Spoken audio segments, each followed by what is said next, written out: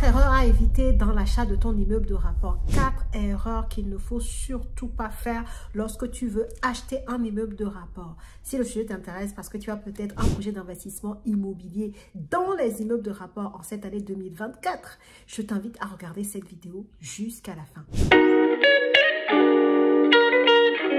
Bonjour à tous et bienvenue sur cette chaîne destinée à l'investissement immobilier. Je suis Céline Médéou, épouse d'Orido. Je suis une immopreneur, une personne qui fait du business avec l'immobilier. C'est ce que je t'apprends à faire au travers de mes contenus complètement gratuits sur cette chaîne, également au travers de mes formations et de mes accompagnements. Donc si le sujet t'intéresse et que tu ne l'as toujours pas fait, je t'invite à t'abonner à la chaîne et surtout active ta cloche de notification pour ne pas rater mes futures publications. Grosse annonce. On est en début d'année et tous les débuts d'année, immopreneurs recrutent. Nous recrutons les nouvelles personnes à accompagner sur cette année 2024. Mes accompagnements sont sur 12 mois. Donc en janvier, je suis à fond dans la sélection des profils que je vais accompagner afin qu'ils accomplissent leur projet, qu'ils matérialisent leur projet d'investissement immobilier en cette année de vie 2024. Donc, que tu sois en train de vouloir acheter un appartement ou une maison ou un immeuble de rapport, ou alors tu veux investir dans l'immobilier, mais tu ne sais pas ce que ton profil permet d'acheter, tu es au bon endroit.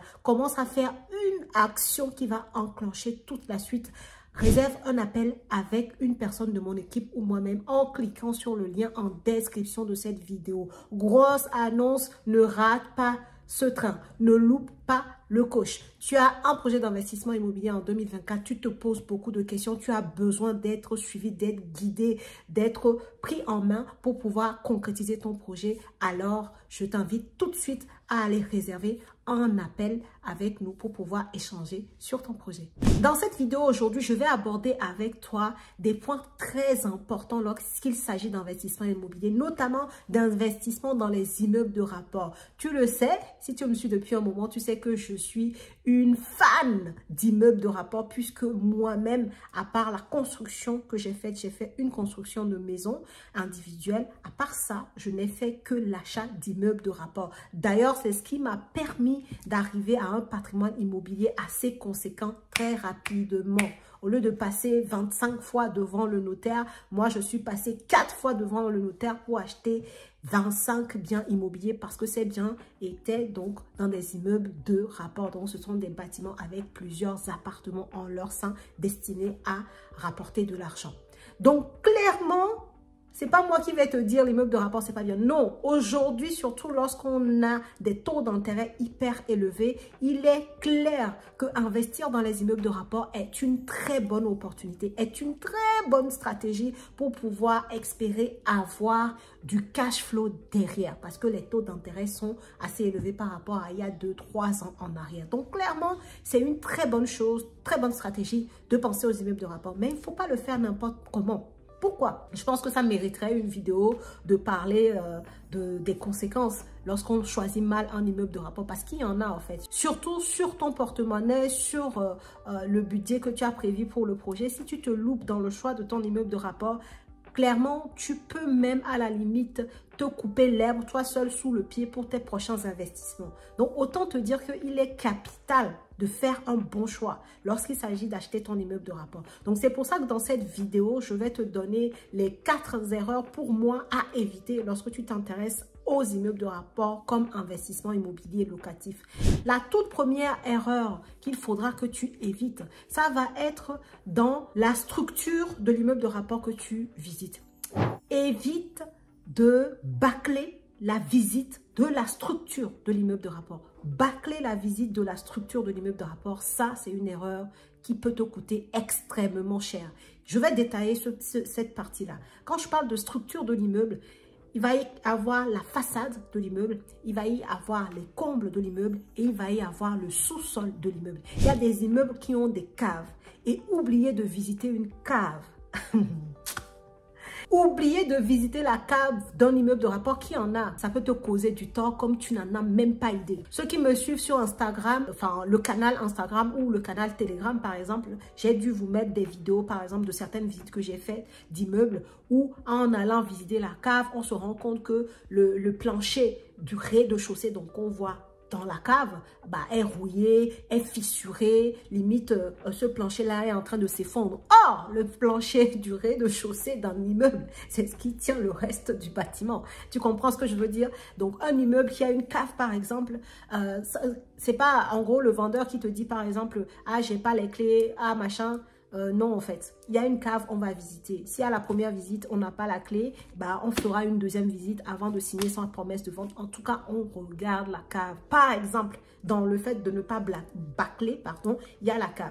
Il y a donc, je parlais tout à l'heure de la façade. En fonction des types de fissures qu'il y a sur la façade, il faut faire attention, d'accord? Donc, ce sont des éléments que tu vas aller chercher, en fait. C'est pour ça, moi, par exemple, dans l'accompagnement que je propose aux gens que j'accompagne, eh ben, ils ont toute une formation sur comment visiter un immeuble de rapport où je suis avec un expert du bâtiment sur un immeuble de rapport qu'on était en train de visiter pour qu'ils aient tous les éléments visuels, en fait, sur un vrai immeuble de rapport. Donc, c'est une formation pratique, par exemple. Mais bon, toi qui n'es pas peut-être dans mon accompagnement pour l'instant, je te donne ces informations-là ici et j'espère que ça va te permettre de clairer ta lanterne sur ce point important qui est la structure d'un immeuble de rapport.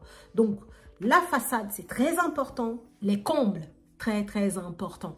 Quand tu as accès aux combles d'un immeuble, c'est là où tu vas savoir si ta charpente est en bon état. N'oublions pas que quand tu achètes un immeuble de rapport, tu es le seul propriétaire. C'est ça, en fait, le point qui est lourd sur un immeuble de rapport. Un appartement, bon, vous êtes plusieurs copropriétaires. Si jamais tu as loupé de voir certains points importants, bon, bah, s'il y a un problème, vous êtes entre copropriétaires, vous allez gérer ça. Chacun va participer financièrement. Mais sur un immeuble de rapport, tu es le seul propriétaire. Donc, tu comprends l'importance du choix que tu vas faire, l'importance de l'analyse que tu vas devoir faire sur ton immeuble de rapport et bâcler cette partie visite, structure de ton immeuble de rapport. C'est une erreur, mais vraiment qui peut te causer du tort, ok? Donc, on a parlé de façade, on a parlé des combles pour voir la charpente et également, il y a bien entendu toute la toiture, en fait, à regarder également. Une toiture qui a à refaire, moi, j'en ai fait il n'y a pas très longtemps, c'est 50 000 €. Ok, évidemment, c'est 50 000 € par rapport à la surface de ma toiture.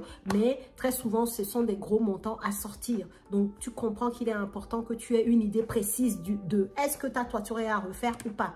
Donc, dans la toiture, tu vas avoir la couverture, évidemment, et aussi la partie charpente. Ta charpente qui a été attaquée, souvent, ce sont des charpentes en bois attaquées par des bêtes, par exemple. Il va falloir peut-être la refaire.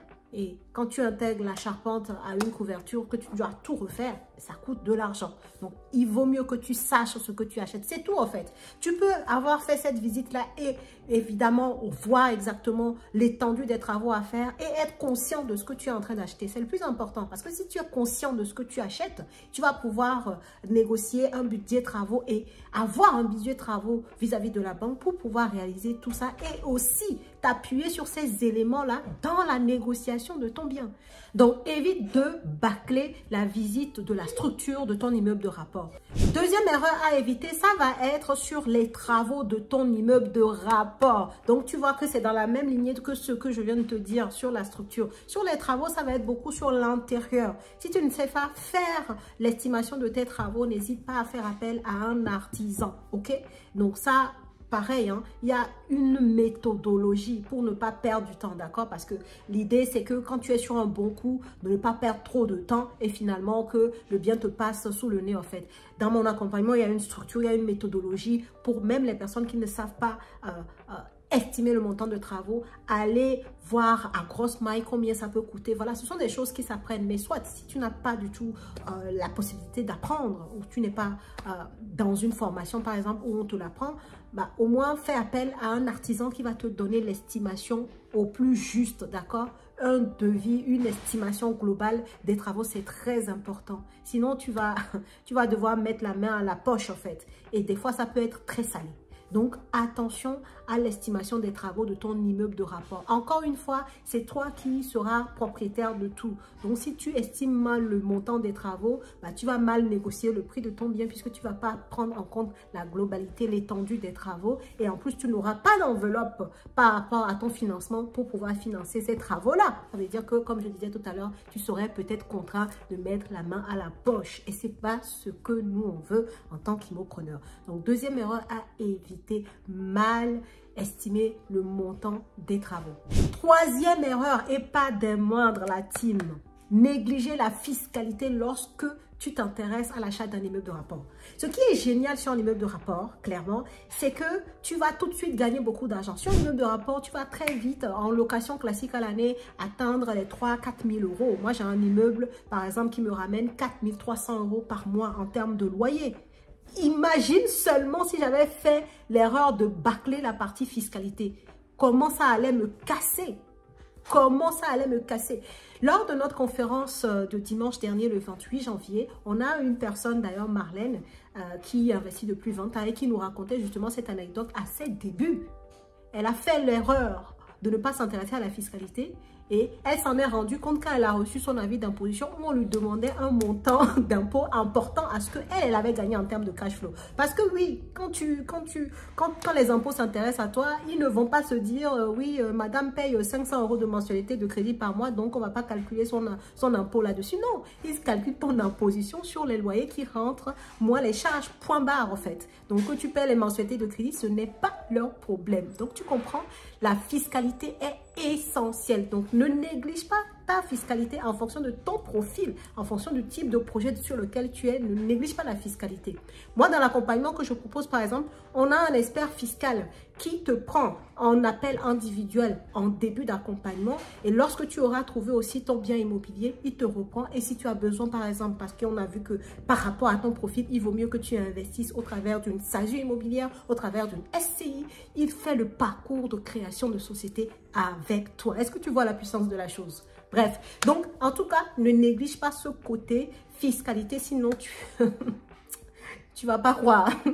L'immobilier va te dégoûter tellement que les impôts vont te prendre ton argent, bien plus que ce que tu auras gagné en termes de cash flow sur ton investissement. Quatrième et dernière erreur à ne pas faire quand tu veux acheter un immeuble de rapport, c'est de négliger l'emplacement. Négliger l'emplacement, ça serait dramatique pour toi. L'objectif pour nous, investisseurs immobiliers rentables, immopreneurs, c'est de faire du business avec l'immobilier. On est d'accord là-dessus. Ça veut dire que si tu as un bien immobilier, c'est qu'elle ne soit pratiquement jamais vide. Mais pour qu'elle ne soit jamais vide, on est d'accord aussi qu'il va falloir que tu aies analysé en amont de ton achat la localisation de ton bien, l'environnement de ton bien, le quartier de ton bien, qu'est-ce qu'il y a autour, quels sont les points d'intérêt, quelles sont les cibles qui seraient intéressées par tes appartements dans cet immeuble de rapport-là. Est-ce que si ton immeuble de rapport a 10 appartements ou 3 appartements ou 5 appartements, est-ce qu'il y aura preneurs? Et également, pas seulement qu'il y aurait preneurs, mais est-ce qu'il y aura des preneurs au montant que toi tu veux pour que le bien soit rentable? Parce que je le rappelle, on n'achète pas un immeuble de rapport pour faire 50 euros de cash flow par mois, hein, sauf si tu es sur des biens dans des villes précises pour du patrimonial. Mais nous, en tant qu'immopreneurs, on veut gagner de l'argent, on veut avoir des cash flows intéressants, malgré les taux actuels. C'est pour ça que je disais en introduction que les immeubles de rapport actuellement, c'est la bonne opportunité, c'est la bonne stratégie. Mais encore faut-il que tu sois dans les bonnes zones, que tu aies étudié le secteur dans lequel tu veux acheter cet immeuble de rapport-là pour t'assurer, un, qu'il y a un dynamisme sur le locatif et de deux, que les loyers pratiqués dans cette zone te permettent d'être rentable. Donc, tu l'auras compris, un immeuble de rapport, c'est une vraie opportunité immobilière pour avoir un certain niveau de revenus complémentaires, de cash flow, ça c'est clair. Et aussi parce que tu auras un niveau de cash flow, de revenus, de rentabilité, ça te permettra de maîtriser aux petits oignons ton taux d'endettement pour pouvoir facilement aller sur de nouveaux projets, continuer à investir dans l'immobilier. Mais par contre, attention, il faut faire les choses dans les règles de l'art. Il faut être stratégique. Il faut être méthodique. Et c'est pour cela que si tu as un projet immobilier aujourd'hui et surtout tu veux investir dans un immeuble de rapport, mon accompagnement est fait pile pour toi. Bien entendu, on cherche des personnes déterminées parce qu'on a un esprit d'équipe à conserver. Donc, si tu es une personne déterminée, motivée, qui est focus sur son projet d'investissement immobilier, que tu as besoin qu'on te booste, qu'on te donne les informations qu'il faut et que tu aies un mentor qui t'accompagne sur les étapes, les décisions importantes de ton projet et avoir ce réseau et tout cet écosystème que moi j'ai mis en place au fil des années avec mes partenaires, et ben je t'invite à faire une seule chose, une action. Regarde en barre de description de cette vidéo, tu cliques sur le lien et tu réserves un appel avec nous pour échanger sur ton projet. Voilà ce que je voulais te dire dans cette vidéo. La session de recrutement Immopreneur est ouverte et ce jusqu'à la semaine prochaine, jusqu'au 8 février. Donc, c'est le moment de nous rejoindre pour pouvoir concrétiser ton projet cette année 2024. Le changement, comme on le dit, c'est maintenant. Si cette vidéo t'a plu, je t'invite à la liker, à la partager massivement pour que les personnes qui ont des questions sur ce sujet des immeubles de rapport puissent elles aussi regarder cette vidéo. Et sinon, moi, je te dis à la prochaine vidéo.